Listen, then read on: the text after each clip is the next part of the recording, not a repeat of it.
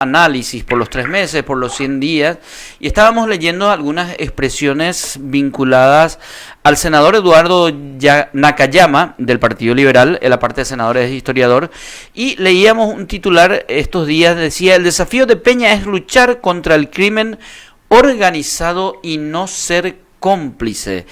Estamos en línea con Eduardo Nakayama, senador nacional del PLRA. Buenos días, senador. Te saluda Cristian Villancioto. Estoy aquí con Néstor Castillo de Oviedo Press Multimedios por Mundo Sol.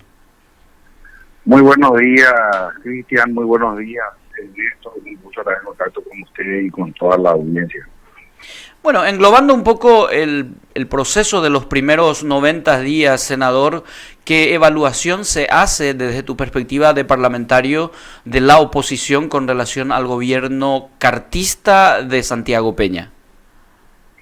Bueno, lo que hemos tenido en estos primeros meses, incluso tenemos que mencionar antes de la asunción de Santiago Peña, porque como bien mencionaste, el nuevo periodo legislativo se abrió ya el 1 de julio, y ahí ya hemos tenido algunas notas importantes de resaltar, como la conformación de la mesa directiva, donde ya hubo una influencia directa del gobierno, posteriormente con el copamiento que habíamos advertido que se iba a dar en las distintas instituciones, en los organismos extrapoder, muchas de ellas muy cuestionadas, como el caso de Hernán Rivas, que fue recientemente apartado, y posteriormente lo que se ha venido dando desde el punto de vista de la famosa aplanadora,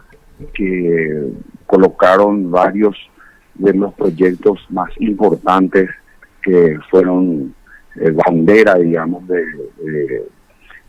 campaña, como el tema de la fusión de la SED con aduana, como el caso de la creación del Ministerio de Economía, y otros temas no menos relevantes, como la ampliación del presupuesto general de gasto de manera extraordinaria, con el otorgamiento de superpoderes al nuevo Ministerio de Economía, quien tendrá la posibilidad de aumentar la deuda pública, en este caso a través de la emisión de bonos o de la contratación en préstitos en el exterior por un valor aproximado de 600 millones de dólares, sin que eso vuelva a pasar ya por el Congreso, ¿verdad?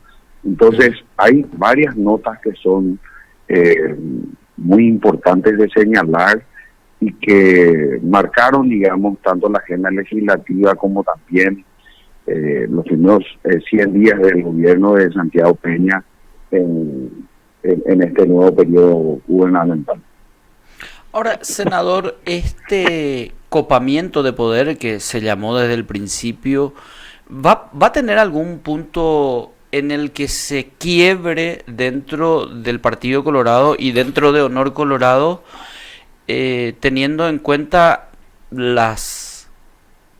el internismo fuerte que reina dentro del Partido Colorado? Y eso se ve en Cámara de Diputados, donde ahora hay cambio de carpas otra vez. En el Senado, ¿cómo se proyecta? Y te pregunto esto por lo siguiente, senador. El otro día te escuché cuando hubo una votación importante en el Senado, hacía referencia a Dionisio Amarilla cuando decías: el enemigo no está delante, está aquí atrás mío, decías, ¿verdad? El cartismo dentro del Partido Liberal, ¿cómo hace que sea sostenible todo lo que ellos están teniendo como copamiento del Estado? Bueno, yo justamente eso digo también en el artículo aparecido esta mañana en el matutino Últimas Horas, donde digo que aparte de ser una estafa al electorado, esto también constituye una traición grande a los principios básicos de la política, ¿verdad?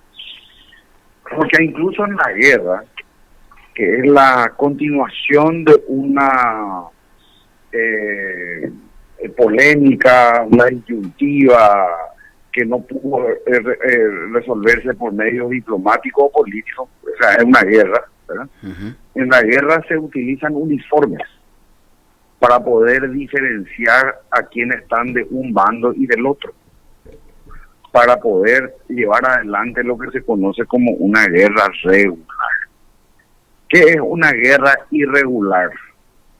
Cuando, por ejemplo, no se utilizan los uniformes o se confunden a los civiles con los militares, y entonces eso aumenta el número de bajas, expone innecesariamente a la población civil, a mujeres, a niños, que es lo que vemos muchas veces en los últimos conflictos que se dan a nivel mundial. Pero cuando son ejércitos que se enfrentan caballerosamente, se podría decir, hasta siguiendo las reglas de la guerra, como ocurre entre Ucrania y Rusia, esa es una guerra regular. Unos tienen un uniforme de un lado, los otros tienen un uniforme del otro lado, y se da el enfrentamiento. Los frentes identificados. Pero cuando tenés al enemigo dentro tuyo y está disparándote por la espalda, eso lógicamente no puede ser de ninguna manera algo normal ni regular. Y en el caso del Partido Liberal Radical Auténtico, hace tiempo que ha sido tomado por el cartismo y hoy eso es más que palpable, ¿verdad? Entonces yo no sé si es que tenemos alguna solución ya para un cuerpo que está totalmente tomado, que ya hizo metástasis, y que probablemente va a continuar así porque aparte en este caso se hallan, como se dice vulgarmente en nuestro castellano autóctono y vernáculo, en esa situación, ¿verdad? No hay ninguna muestra de asombro ni de vamos a hacer oposición, vamos a nada. Entonces eso es muy preocupante, querido Cristian. Y no solamente Dionisio Amarilla, estamos hablando de un bloque, Hermelín, la senadora del Chaco. Ahora, senador, aparece estos días una figura ya desaparecida del Partido Liberal, estamos hablando del ex senador Jaegli, que hace una combinación de dinero con renovación del partido. Vamos a pagar la deuda si vamos a hacer ciertos cambios. Me parece hasta cierto punto, desde mi punto de vista, esto es como vamos a entrar al partido nosotros a hacer lo que consideramos que hay que hacer y condicionado con dinero, medio que vamos a alquilar el partido, lo que hizo Carter en el Partido Colorado. A mí me suena así. ¿Cómo consideras eso? Bueno, para empezar, Cristian, del dicho al hecho hay mucho trecho, y cuando el milagro es grande, hasta el santo desconfía. Entonces yo particularmente tengo mis serias dudas de que eso se pueda materializar, de que eso sea cierto, de que eso se dé. Me parece más una manifestación de intenciones que una realidad próxima a materializarse, ¿verdad? Eso por un lado, ¿verdad?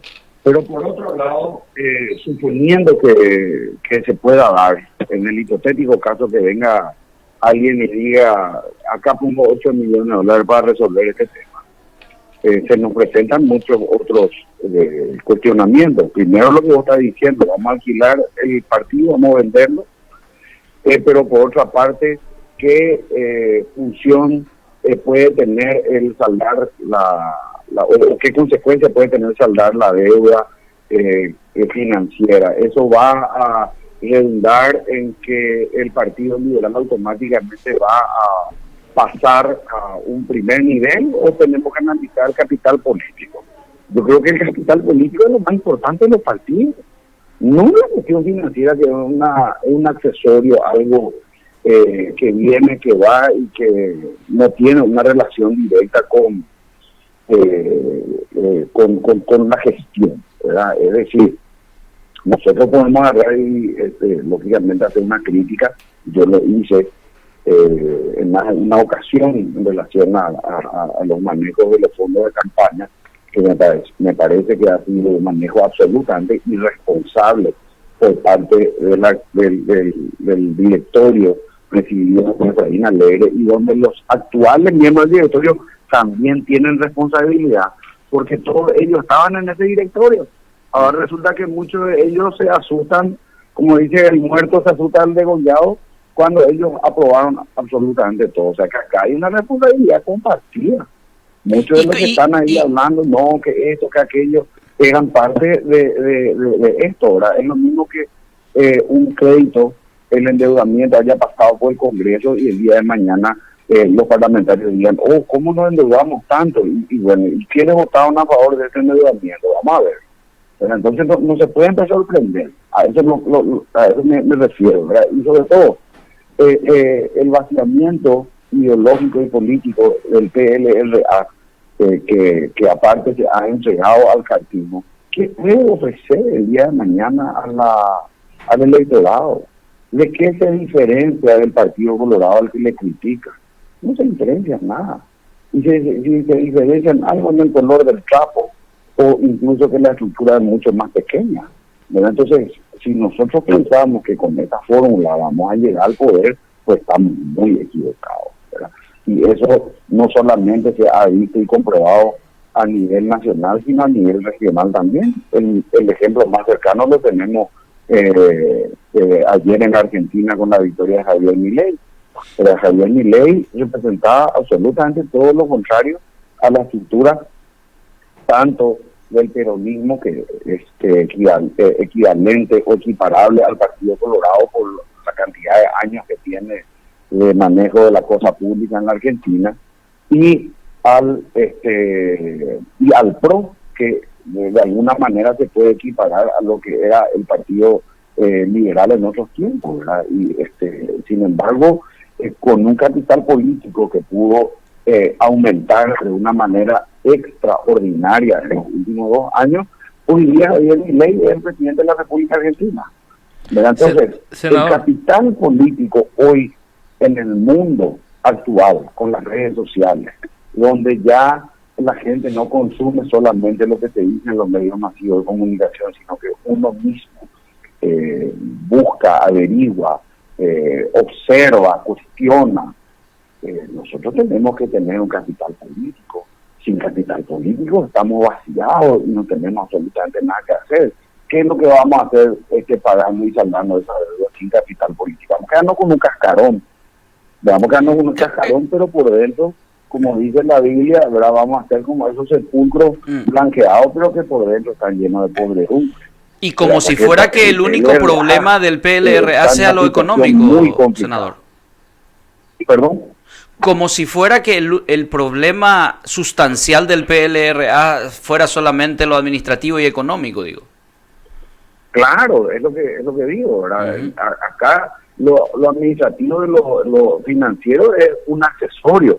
El partido se tiene que manejar con capital político, tiene que ofrecer candidatos y candidatas que llenen las expectativas del electorado.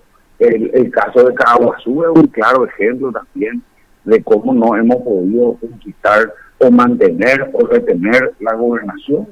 Pero ¿qué hemos hecho allí? ¿Qué hemos hecho mal para no retener la gobernación o para perder tan estrepitosamente la elección en ese departamento, incluso en detrimento de los escaños parlamentarios?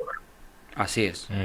Senador, ahora también, saludándote, Néstor, soy ese paralelismo que hacías con la Argentina, de la democracia argentina, la paraguaya, en fin, y la alternancia que cuanto menos se ve, ellos pueden lograr. Kirchner, el kirchnerismo por la cantidad de años que llevaba, llegó Macri, retomó el kirchnerismo, ahora de vuelta una alternancia. ¿Por qué Paraguay no puede llegar a ese nivel de consolidación democrática que pueda dar al menos esa alternancia por la vía de las urnas, senador?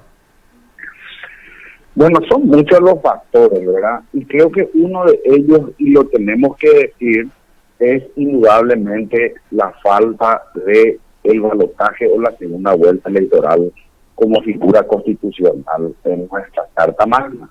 Eso se habló mucho ayer en todos los círculos políticos, académicos, ¿verdad? Porque se entiende que la Constitución Nacional de 1992 tenía un propósito que era el de evitar justamente la concentración del poder en el Ejecutivo, evitando la reelección, evitando muchos temas ¿verdad? Y en ese afán también otras cosas se dejaron de analizar, entre ellas el balotaje, porque el balotaje generalmente viene de la mano con la reelección, ¿verdad? Una moneda de cambio, ¿verdad?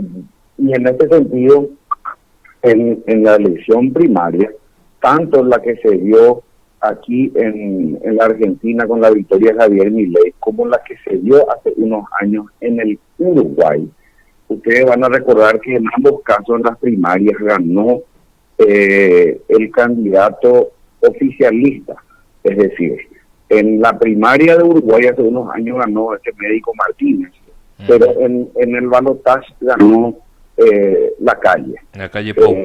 En el caso de la Argentina, en las primarias ganó Massa y en el balotaje ganó Milei, ¿verdad? Entonces es como una posibilidad que se le da al electorado de que posteriormente elija nuevamente entre los dos que quedaron, ¿verdad? O sea, eso yo creo que es algo importante de resaltar. En el caso paraguayo, de la última elección del 2023, sin embargo, yo no sé si eso cambiaría.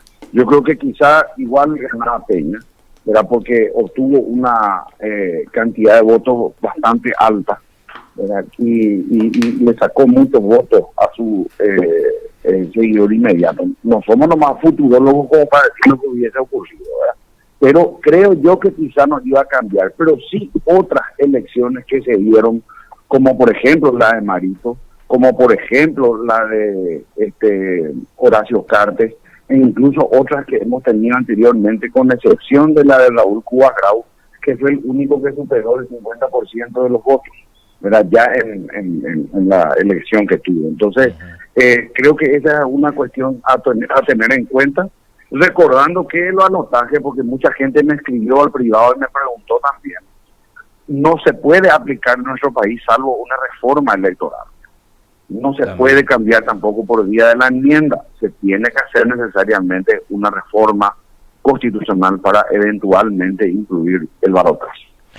Senador, la senadora Katia González presentó el proyecto de pérdida de investidura contra Hernán Rivas. ¿Acompañarías por un lado? Y por el otro lado, ¿qué tan relevante sería, teniendo en consideración todo lo que manifestabas al inicio? La aplanadora partista, que tiene prácticamente ahí mayoría para truncar este tipo de iniciativas. Bueno, nosotros tenemos previsto hablar en el bloque opositor sobre el tema, a los efectos de interiorizarnos un poco más también sobre el asunto. ¿Por qué? Porque es necesario hacer las consultas internas antes de presentar algo así. Al menos es mi punto de vista, ¿verdad? Yo si voy a presentar algo así, primeramente hablaría con mi bloque a los efectos de analizar la posibilidad y sobre todo comunicar sabiendo que no tenemos los votos, qué es lo que queremos hacer. Queremos dejar una sentada una posición política que es válida también, o qué queremos hacer. Queremos ir más allá y buscar si podemos conseguir los votos, enhorabuena, entonces si existen o no existen los votos, ¿verdad? Pero creo que es muy importante bajar eso a nivel del bloque y hablar, y no al revés, es decir, no presentar y después hablar, porque es como poner la carreta delante del buey, ¿verdad? Entonces estamos en ese proceso ahora. En términos generales yo creo que todos coincidimos de que el caso de Hernán Rivas es un bochorno. Creemos que lógicamente existen serias dudas sobre la autenticidad de su título, existen serias dudas sobre si él cursó o no la carrera de Derecho. Yo personalmente tengo demasiados elementos para pensar que no, pero para un proceso de pérdida de investidura se requiere tener pruebas fehacientes, ¿verdad? En el caso del tráfico de influencia, que es lo que se habla aquí, se necesita tener eso. Entonces nosotros tenemos que determinar los méritos y en base a eso posteriormente tomar una decisión. Senador, la gira que realizaste por Taiwán, ¿en qué consistió? ¿Una misión parlamentaria? Sí, Se hace desde hace casi 3 lustros un curso avanzado de relaciones exteriores, que en realidad es lo que nosotros llamamos la diplomacia parlamentaria, a través de la cual uno puede tomar un conocimiento más cercano de lo que es la realidad de un país, en este caso un aliado estratégico para nosotros que es Taiwán, que tenemos relaciones desde el año 1957 de manera ininterrumpida, y somos de los pocos países del mundo que mantienen relaciones con Taiwán y no con la República Popular China. Esto considerando también el ambiente a nivel internacional de los conflictos que se dan y de los focos de tensiones, porque uno de ellos es Ucrania-Rusia. El segundo frente que se abrió recientemente es el de Israel en la Franja de Gaza contra Hamas, y el tercero del que se hablaba ya era el estrecho de Taiwán entre China y la República China de Taiwán, con otro actor de peso mediano que es los Estados Unidos, que como ustedes saben se realizó la semana pasada una cumbre en la ciudad de San Francisco entre el presidente Joe Biden y el presidente chino Xi Jinping, donde como punto central sobre la mesa se habló de la cuestión de Taiwán. Entonces nosotros con una delegación de 3 parlamentarios paraguayos, pero con parlamentarios de otros 8 países latinoamericanos, entre ellos Uruguay, Argentina, Chile, Brasil, Guatemala, México, Perú, Ecuador, tuvimos la posibilidad de visitar el Ministerio de Relaciones Exteriores, el Ministerio de Asuntos Internos de China también, porque ellos tienen un ministerio que trata exclusivamente las relaciones de Taiwán con China, ¿verdad? Para poder adentrarnos en eso, pero no limitados a eso, Cristian, porque también tuvimos la posibilidad de conocer un poco el manejo de la seguridad interna de Taiwán, visitando lo que sería el equivalente al FBI de Taiwán, ¿verdad? Donde vimos cómo ellos encaran el crimen organizado, y ellos son el tercer país más seguro del mundo hoy. Visitamos también y pudimos interiorizarnos sobre lo que es el manejo de la salud pública. Ellos tienen uno de los mejores sistemas de salud del mundo, ¿verdad? Y pudimos hablar directamente con los directores, los que llevan adelante el sistema de salud, ¿verdad? Y así varias de las instituciones en las que ellos se sienten orgullosos, y actualmente están, de hecho, ayudando en algunos ámbitos, como el caso de la atención primaria a la salud, el tema de cómo sacar los turnos, todo el software de atención a la salud pública. Ellos están ayudando en este momento a través de la Agencia de Cooperación de Taiwán, que también hemos visitado. Entonces fue muy interesante, muy importante, una experiencia sumamente enriquecedora, y sobre todo agradecer a la Cancillería del Gobierno de la República China de Taiwán, porque ha sido una invitación del Gobierno de Taiwán con costo cero para el Estado paraguayo. Eso es importante mencionarlo. Y por último, Eduardo, agradeciéndote mucho tu tiempo, aquí a nosotros nos hizo mucho ruido cuando el presidente del Congreso visitó China en una misión parecida a la que estás mencionando, Rusia, teniendo en cuenta que la posición de Paraguay con relación a la guerra entre Ucrania y Rusia es muy clara. ¿Cómo evaluaron, o si tenés alguna disquisición sobre el tema de que el presidente del Congreso haya ido a Rusia en una visita oficial como presidente del Congreso, teniendo en cuenta este conflicto y la posición que tiene Paraguay con relación al conflicto entre Rusia y Ucrania? Bueno, en el sentido del conflicto en sí, nosotros tenemos que recordar, y eso es algo que yo hablé personalmente con el presidente del Congreso, Silvio, ¿verdad? Que dicho sea paso, está de cumpleaños. Hoy me acaban de informar hace un rato, ¿verdad? Con Pueblano, yo conversé con él sobre el tema. Resulta que la Cancillería, de acuerdo a la Constitución Nacional nuestra, la Presidencia de la República a través de la Cancillería es la que lleva las relaciones exteriores. Y eso no cabe ninguna duda. Ahora, fuera de lo que es el manejo de las relaciones exteriores, porque solamente dos personas le pueden obligar a la República del Paraguay en materia exterior: el presidente de la República y el canciller nacional. Uh-huh. Nadie más le puede obligar a la República del Paraguay fuera de ello. Pero es cada vez mayor esto que nosotros llamamos la diplomacia parlamentaria. Y en ese sentido, nosotros no tenemos rotas las relaciones con la Federación Rusa.